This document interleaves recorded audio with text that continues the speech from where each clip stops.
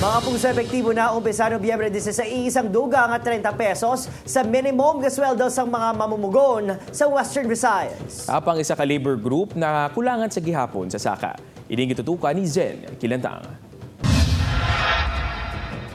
Epektibo sa Nobyembre 16, ipatuman na ang saka sa daily minimum wage sa mga mamumugon sa rehiyon. 30 pesos ang dugang sa kada adlaw nga sweldo ang mabaton sa mga minimum wage earner. Gani para sa gwardiya nga si Manong Jose, dako ini nga bagay ilabi na nga tuman kamahal sa mga balaklon. Makamubang ini sa sa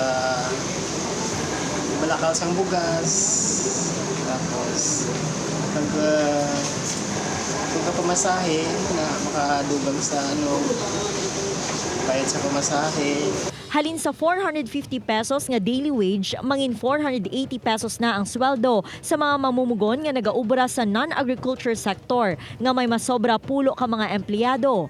Magasaka man sa 450 pesos halin sa 420 pesos ang sweldo sa mga mamumugon nga may napulo o kun manubo pa nga empleyado. Samtang mangin 440 pesos naman ang kada adlaw nga sweldo sa sektor sang agrikultura.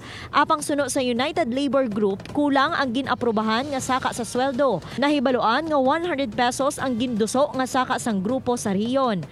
May mabawi sa value nga nadula sa sweldo sang mamumugon sa 30 pesos nga gin-approve sang Regional Wage Board. So siling naton isa ini kadako nga insulto para sa mamumugon sa Western Visayas. Samtang may pahanumdum naman ang Department of Labor and Employment sa mga employer na tuhoy sa pagpatuman sang saka sa sweldo. Because of the advent of the new wage order, which will take effect come November 16, for the employers to please ang ating hiling lang ay to voluntarily comply with what is mandated by the new wage order po. Ginpahanumdum sang dole nga may nagakaigo nga penalty ang hindi pagsunod sa wage earner.